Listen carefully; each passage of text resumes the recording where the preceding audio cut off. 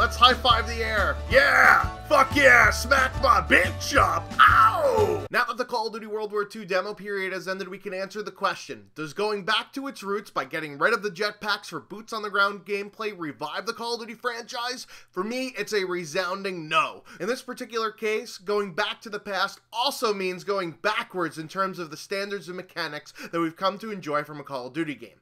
This game isn't bad per se, but it's also not good, and certainly not the savior of the franchise that many thought it would be. As my time with the demo went on, I started to enjoy it a bit more, but I still put this Call of Duty behind any of the other boots on the ground games aside from Call of Duty Ghosts, which is basically the Saint Anger of the franchise, and certainly behind the jetpack video games, which isn't a good look for a new Call of Duty game. There is, however, some hope for the game, but a lot needs to be changed between now and the release in November in order for me to rank this game higher than it currently sits. Let's start with the things that will likely not change. The maps. They're fucking abysmal. In this beta, there wasn't one map that I enjoyed. Ardennes Forest was the only map that I didn't hate with a passion.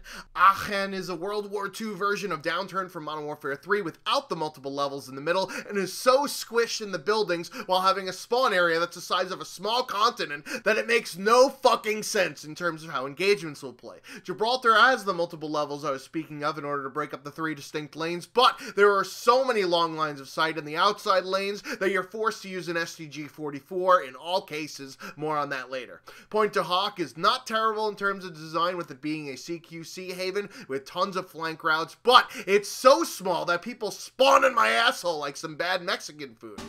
I also don't pay attention to the kill feed that often either.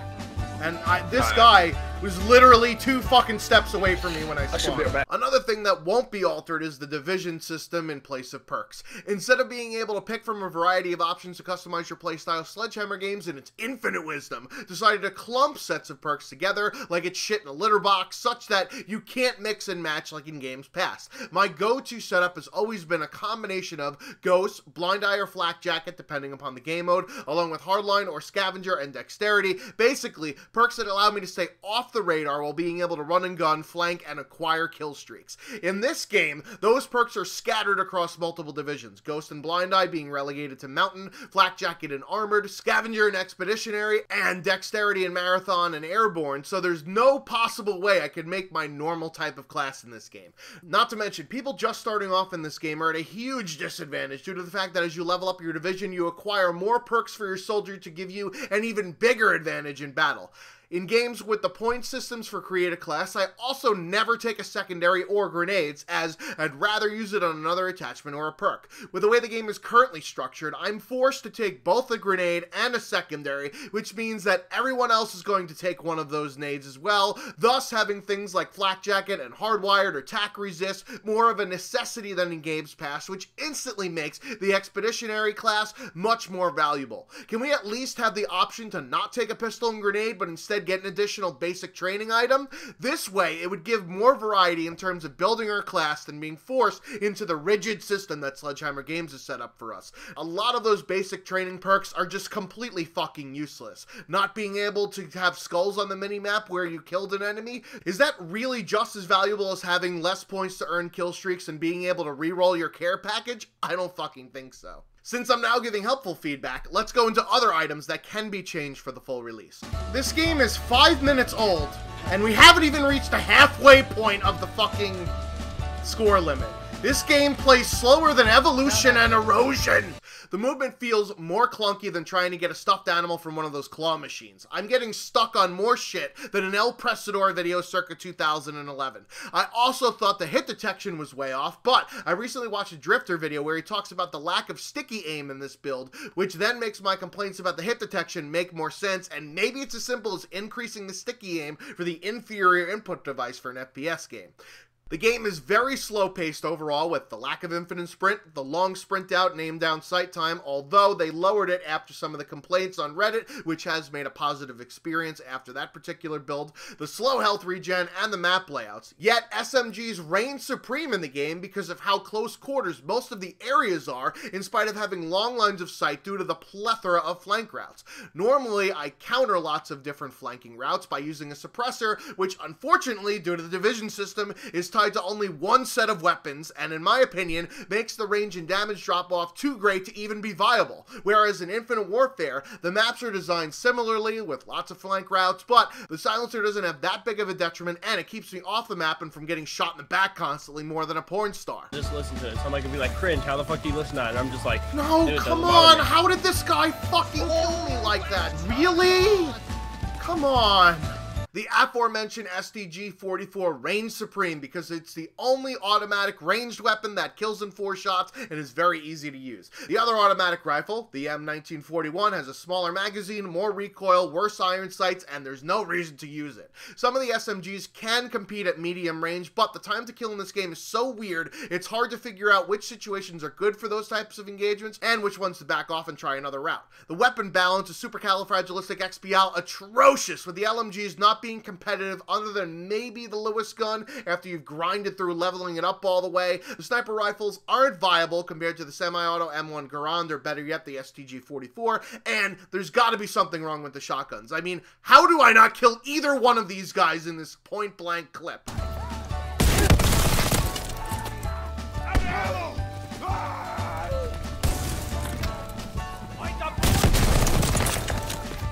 They don't kill unless you're basically jerking off another player, which is why I'm not as salty as others about the incendiary rounds, since they actually make the shotguns work, and other players can actually kill you by shooting while it takes them a second to burn like a person with gonorrhea. Whenever I get killed by a shotty, instead of showing 1 hit mark, it shows like 4 or 5, which leads me to believe there's gotta be a bug where the game is counting the individual pellets instead of the conical damage of the entire round to be applied to the enemy. The shotguns are as useless as fallopian tubes on a lesbian in the current build. There's a lot of other things I can nitpick, like the menu system being more confusing than trying to figure out which pronoun to use for a transgender person, the end of round screen being so out of place, as you saw in the intro clip, that we shouldn't even fucking have it, but of course that's the place where everybody can show off all the micro DLC that will eventually come in the game. The fact that this game is like a chick on Tinder where the pre-rendered trailers are amazing looking, but when you're actually playing the game, I couldn't tell the difference between the gameplay footage and screenshots of Call of Duty 2, which came out 11 fucking years ago,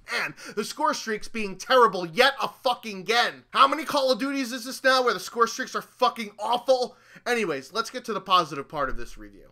The War Game mode is the best thing that's happened to Call of Duty in a long time. It's much better than Operations in Battlefield 1, which, by the way, yes, this game has borrowed some elements from Battlefield 1, like the bayonet charge that I fucking despise because of bullshit like this, where I get panic fucking stabbed. Recon flight concluded.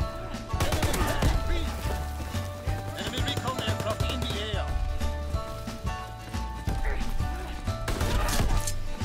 And of course, the weapons are similar because of the time period, even though they are named differently because Activision, spelled with a $sign, didn't fork over the licensing money for gun names, so we now have the M1941 and M1928 instead of the Johnny and Tommy guns. Anyways, the War Game mode is like several modes in one. For the beta map, it was Hardpoint Demolition and Safeguard, which gives a nice variety to the normal ho-hum Call of Duty that we're all used to, and with having the score streaks disabled, it incentivizes PTFO over trying to get your streaks and staying alive. The problem lies with the shitty fucking matchmaking that has plagued other Sledgehammer Call of Duty games, because if your teammates are window lickers, you're going to have an awful time. I can't wait to see some of the other war maps, as we already know that there will be a Normandy mission confirmed for the full release, but we don't know exactly how many war maps we will be getting on launch. The only other thing that I could say that's positive about this game is having the play of the game instead of the game-winning kill. This allows people that were badasses to have their time in the sun, but again, there's got to be something wrong with the algorithm picking this play.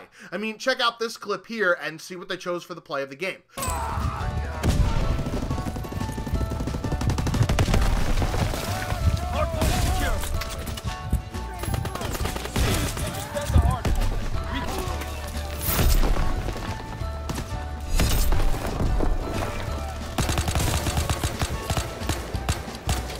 .23 and 14, I'll take it.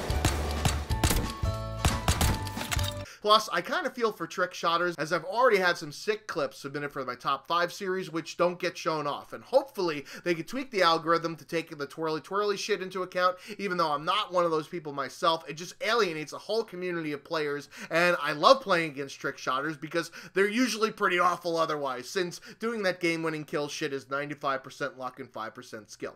Speaking of top 5s, I'm going to be doing Call of Duty World War II top 5 fails tomorrow, so if you have any clips from the beta, send them in theschwanz27@gmail.com.